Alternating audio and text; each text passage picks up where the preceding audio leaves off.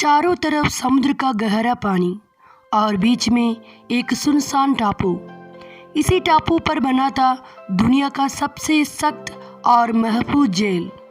जुर्म की किताबों में दर्ज वो नाम जिन पर दर्ज थे कुछ बेहद ही संगीन जुर्म, उन सभी को इसी जेल में कैद किया गया था। इस जेल को अमेरिका का काला पानी इसलिए कहा जाता था क्योंकि इस जेल की सुरक्षा को तोड़कर यहाँ से भागना मुश्किल ही नहीं बल्कि नामुमकिन भी माना जाता था। लेकिन जिस इतिहास के पन्ने में ये जेल सबसे सुरक्षित सलाखों के लिए जाना जाता था, उसी पन्ने में दर्ज है उन 3 शातिर कैदियों का नाम जो इस जेल की सुरक्षा घेरों को तोड़कर फरार होने में कामयाब हो गए थे। ये कहानी किसी फिल्म की कहानी से कम नहीं दोस्तों। ये कैदी इस महफूज जेल से कैसे भागे, ये जानकर आप चौंक जाएंगे। जेल से भागने के बाद इन कैदियों के साथ क्या हुआ, ये जानकारी भी आपको हैरत में डाल देंगे। हाय फ्रेंड्स, मैं शारी प्रदीप, हमारा चैनल टेलनो में आप सभी का हार्दिक स्वागत है। तो चलिए दोस्तों शुरू करें। ये कहानी है साल 1962 की। जॉन और क्लैरेंस 2 भाई इस जेल में उस वक्त सज़ा काट रहे थे। इन दोनों की गहरी दोस्ती जेल में ही सज़ा भुगत रहे मॉरिस और एलन नाम के 2 अन्य कैदियों के साथ हुई। ये चारों कैदी जेल में अक्सर एक साथ ही नजर आते थे। दरअसल तब किसी को अंदाज़ा नहीं था कि ये चारों जेल से भागने की साजिश रचा करते थे। इन चारों कैदियों में से मॉरिस पहले लुइसियाना जेल में भी भाग चुका था और इस जेल में भी वो पहले बंदी बनकर रह चुका था। जाहिर है मॉरिस इस जेल के चप्पे चप्पे से वाकिफ था। कहा जाता है कि मॉरिस ने ही जेल की सुरक्षा चक्रव्यूह को तोड़ने का मास्टर प्लान बनाया था। जॉन और क्लैरेंस अच्छे तैराक थे और मॉरिस अपने काम में किसी भी कीमत पर उनकी मदद हासिल करना चाहता था। एलन इस ग्रुप में इसलिए शामिल हुआ था क्योंकि वो जेल से आज़ाद होने की सपना देखा करता था। चारों कैदियों ने जेल से भागने का जो मास्टर प्लान बनाया था उसे पूरा करने के लिए उन्हें कुछ हथियारों की ज़रूरत थी। इस योजना को अंजाम तक पहुंचाने के लिए जॉन और क्लैरेंस भाइयों ने इंसान के पुतले बनाने का काम अपने जिम्मे लिए। इस मुखौटा को बनाने के लिए इन दोनों ने जेल में कैदियों के कटे बालों का गुच्छा जुटाया था।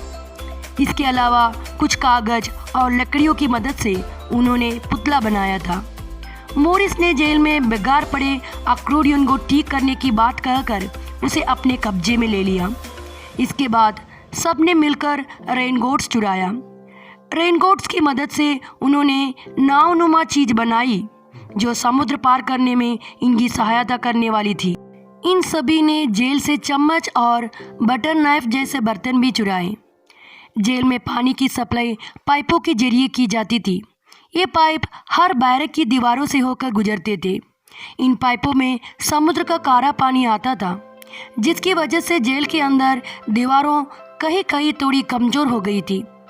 मॉरिस ने जेल से आज़ाद होने के रास्ते के रूप में अपनी कोठरी की दीवारों को चुना और अपने साथियों को कोठरी को दीवार में पाइप वाले हिस्से की तरफ से एक छेद करने को कहा। ये चारों हर रोज 3 से 4 घंटे छोटी छोटी चम्मचों और बर्तन से मोटी दीवारों को तोड़कर छेद बनाने का काम करते थे। ये काम करते हुए शोर ना हो और गार्ड तक दीवार तोड़ने की आवाज़ ना जाए, इसलिए मॉरिस इस दौरान पूरे शोर के साथ अकॉर्डियन बजाया करता था। इंसान के पुतले का इस्तेमाल वो रात के अंधेरे में गार्ड की आंखों में धूल झोंकने के लिए किया करते थे। अक्सर दोनों भाई अपनी कोठरी में इन पुतलों को रखकर मॉरिस की मदद करने उसकी कोठरी में जाया करते थे। कई दिनों की मेहनत के बाद जून 1962 में वो रात जब दीवारों में काफ़ी बड़ा छेद तैयार हो चुका था और इसी रात के अंधेरे में इन्होंने इस छेद से होकर जेल से बाहर जाने का मन बना लिया। जॉन, क्लैरेंस और मॉरिस इस छेद से आसानी से बाहर निकल गया, लेकिन एलन इस छेद में फंस गया। उस वक्त तीनों एलन को छोड़कर जेल से भाग गया। हालांकि एलन ने अपने दोस्तों से मदद मांगी थी, पर उन्होंने इनकार कर दिया और उससे शोर न मचाने की गुंजाइश भी की थी। ये प्लान कामयाब हुआ और जॉन, क्लैरेंस तथा मॉरिस जेल की बाहर आ गया। उस रात करीब 11:30 बजे ये तीनों अपनी बनाई नाव पर सवार होकर समुद्र में उतर चुके थे। सुबह होते ही जेल के गार्ड को जेल ब्रेक की खबर मिल गई।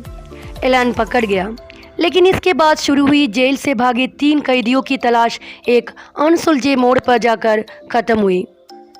उस वक्त जेल के ऑफिसरों ने कहा था कि उनकी नाव समुद्र पार नहीं कर सकती और समुद्र का पानी इतना ठंडा है कि कोई शख्स इस पानी में 20 मिनट से ज़्यादा जिंदा नहीं रह सकता। हालांकि काफ़ी तलाश के बाद टापू या समुद्र में इन तीनों कैदियों का कोई सुराग नहीं मिला। कहा जाता है कि कुछ समय के बाद एक जहाज ने समुद्र में एक लाश देखी थी, जिसके बदन पर कैदियों के कपड़ा होने का अंदाज़ा जताया गया था। हालांकि उस शव को पानी से बाहर नहीं लाया जा सका। ये केस FBI के पास था और सालों तक इस केस की छानबीन होती रही। 15 साल तक चली लंबी जांच के बाद FBI ने ये कहा कि तीनों समुद्र में डूबकर मर गया और फिर इस मामले को हमेशा के लिए बंद कर दिया गया। लेकिन साल 2015 में प्रसारित की गई एक डॉक्यूमेंट्री में यह दावा किया गया था कि तीनों कैदी जेल से भागने में कामयाब हो गए थे और उन्होंने अपनी पूरी जिंदगी भी जी थी। एक चिट्ठी भी सामने आई थी जिसके बारे में कहा गया था कि ये चिट्ठी रॉबर्ट और उसके भाइयों के बीच हुई बातचीत का अंश था। साल 2013 में जॉन और क्लैरेंस के तीसरा भाई रॉबर्ट ने खुलासा किया था कि जेल से भागने के बाद उसके दोनों भाई जिंदा थे और वो उनके संपर्क में था। साल 1963 में इस जेल को हमेशा के लिए बंद कर दिया गया। आज के लिए बस इतना ही।